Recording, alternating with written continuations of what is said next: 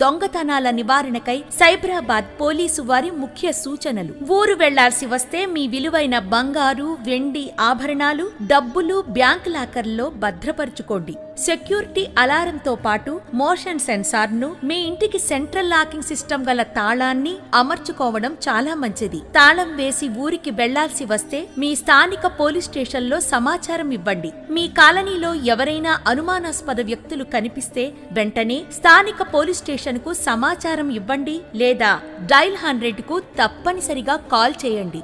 మీ వాహనాలు మీ ఇంటి ఆవరణలోనే పార్కు చేయండి. మీ ద్విచక్ర వాహనాలకు తప్పనిసరిగా తాళాలు వేయండి. అంతేకాకుండా మీకు వీలైతే చక్రాలను ఇనప చైన్తో కూడా లాక్ చేయండి. నమ్మకమైన వాచ్మెన్లను సెక్యూరిటీ గార్డులుగా నియమించుకోండి. మీ ఇంటిలో అమర్చిన సీసీ కెమెరాలను ఆన్లైన్లో చూసుకుంటూ ఉండండి. మీ ఇంటి ముందు చెత్తా చెదారం, న్యూస్ పేపర్లు, పాల ప్యాకెట్లు జమ కానివ్వకుండా చూడండి. వాటిని కూడా గమనించి నేరస్తులు దొంగతనాలకు పాల్పడే అవకాశం ఉంది.